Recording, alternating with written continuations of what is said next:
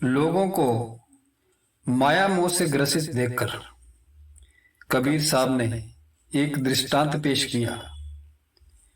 क्योंकि लोग माया मोह से ज्यादा ग्रसित रहते हैं, परमात्मा के प्रेम से उनको कोई मतलब नहीं होता, बल्कि अपनी मनोकामना पूर्ण करने के लिए वो परमात्मा को याद करते हैं, भक्ति करते हैं, ताकि सांसारिक पदार्थ मिल जाए, सांसारिक चीजें उनको मिल जाए। ये दृष्टांत इस तरह से है। एक गांव में एक युवक रहता था जो परमात्मा का भक्त था। उसकी भक्ति से ईश्वर भी प्रसन्न हो गया।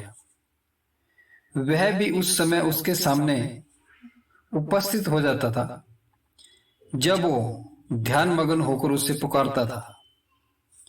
एक दिन उस व्यक्ति ने ईश्वर से प्रार्थना की कि हे प्रभु, आप मुझ पर प्रसन्न होकर कई वर्षों से मुझे दर्शन दे रहे हैं। मैं चाहता हूं कि आप मेरे गांव के लोगों को भी एक बार दर्शन दे दें।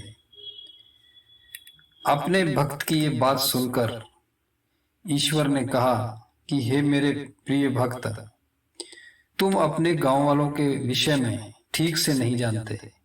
वे मेरा नाम तो लेते हैं, मेरे मंदिर तो जाते हैं, मेरी पूजा तो करते हैं और रात दिन मेरा भजन कीर्तन भी करते हैं, परंतु वे मुझे बिल्कुल नहीं चाहते। वे ये सब कर्मकांड अपनी मनोकामना की पूर्ति के लिए करते हैं। ईश्वर की बात सुनकर भक्त को निराशा हुई, परंतु जब वह गांव पहुंचकर गांव वालों से कहता कि क्या वे ईश्वर के दर्शन करना चाहते हैं, तो सबके स्वर, सारे के सारे एक स्वर में बोलते कि हाँ, हम ईश्वर के दर्शन करना चाहते हैं। उनकी इस बात से प्रभावित होकर भक्त ने फिर एक बार गांव वालों को दर्शन लेने के लिए प्रार्थना की।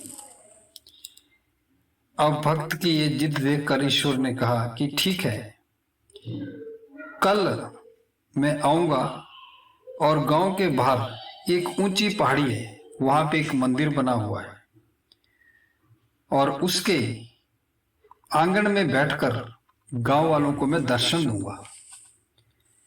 परंतु भक्त मैं फिर भी एक बात कहता हूं कि शायद कोई ही मुझ तक पहुंच पाएगा, कोई ही मेरे दर्शन करेगा, कोई बिरला होगा जो मुझ तक आएगा। वे आपके दर्शन के लिए अवश्य आएंगे, भक्त कहता है।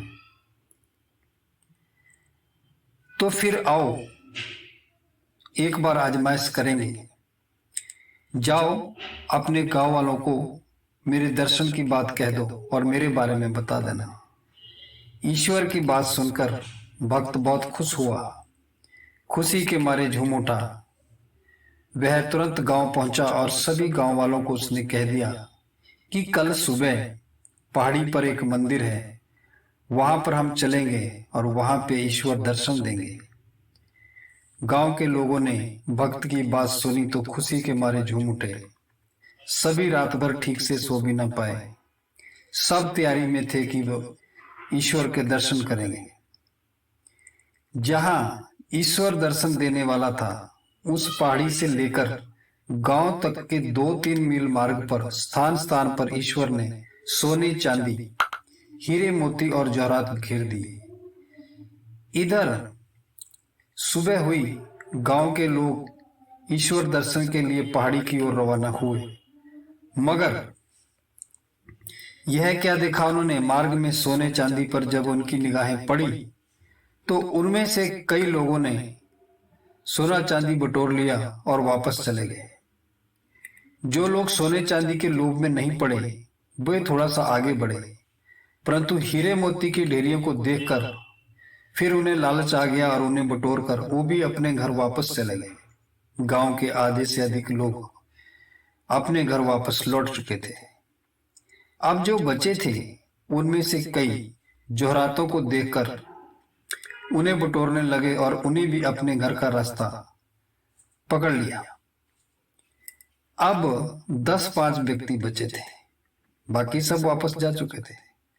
उन्होंने जब मणियों का ढेर देखा तो उनसे भी नहीं रहा गया और उन्होंने भी मणि उठाए लेकर अपने घर वापस चले गए। अब मार्ग पर ईश्वर दर्शन करने के लिए एक भी आदमी नहीं बचा। ईश्वर गांव वालों की प्रतीक्षा कर रहे थे। उसके पास केवल एक भक्त पहुंचा। जब संध्या होने लगी तो ईश्वर ने भक्त की ओर देखकर कहा कि कहो, मैंने गांव वालों के विषय में ठीक कहा था या गलत कहा था? वे सब मुझे नहीं बल्कि अपनी इच्छाओं और कामनाओं की पूर्ति के लिए मेरी भक्ति और पूजा पाठ करते हैं। भक्त कहता कि हाँ, आप सच कहते हैं। वास्तव में ये जो मोह और माया है, ये माया का जो चक्कर है, माया की जो अशक्ति है, ये व्यक्ति को परमात्मा को प्राप्त नहीं करने देती, परमात्मा की ओर नहीं बढ़ने देती। तो कबीर साहब कहते हैं कि मैंने ईश्वर संबंधी जो ये दृष्टांत लोगों को सुनाया, ये इसलिए है ताकि आप लोग जाग जाए, माया मोह के फंदे को समझे। वास्तव में ये क्या है?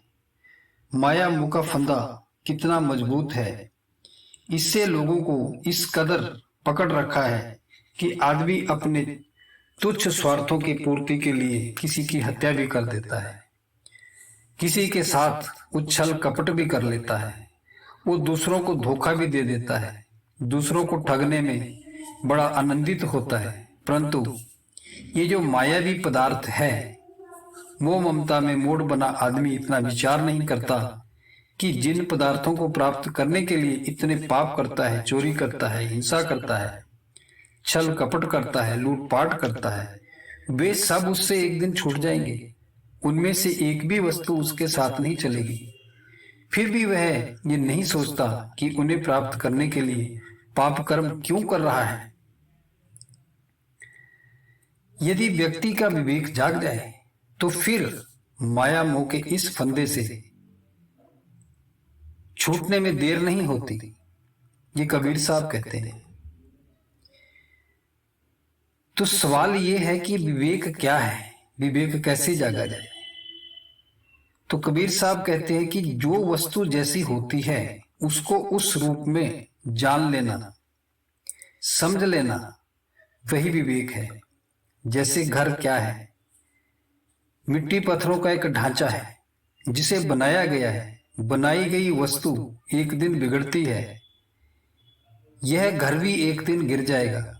इसलिए जब तक जीवन है इसमें रहो, इससे मोह ममता करना गलत है, ऐसा जान लेना विवेक है। संसार के सारे प्राणी पदार्थ के विषय में ऐसा समझ लेना विवेक है। घर और अन्य सभी की तरह हमारा शरीर भी साथ नहीं चलेगा, साथ नहीं रहेगा। ये भी बना हुआ है, बाल्यावस्था नहीं रही, जवानी भी जा रही है और बुढ़ापा झांक रहा है। यह भी एक दिन चला जाएगा। इसके बाद इसकी मृत्यु हो जाएगी। अतः शरीर का अभिमान क्यों किया जाए? क्योंकि इस शरीर ने एक दिन मिट्टी में मिल जाना है, खाक में मिल जाना है, चिता में जल जाना है। फिर अभिमान क्यों? अगर ये सारी बातें समझ में आ जाए तो फिर माया मोह से छुटकारा हो सकता है।